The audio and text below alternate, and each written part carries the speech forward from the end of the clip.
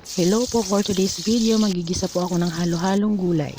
Igisa lamang po ang bawang, sibuyas, ilagay ang sahog na gusto nyo, karne, kahit anong karne pwede, lagyan ng cubes. Ang cubes naman ho ay optional, kung ayaw nyo pwedeng wala naman.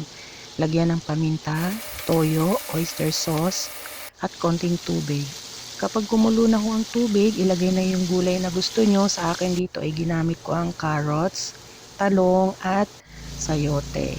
Ayan, mekos-mekos lang. Kapag luto na siya, konting minuto lang ho, luto na yan. Huwag i-overcook, half cook lang po ay pwede na. Pag luto na ang gulay, ready to serve na, kumuha na ng kanin, kain na ho tayo. Enjoy!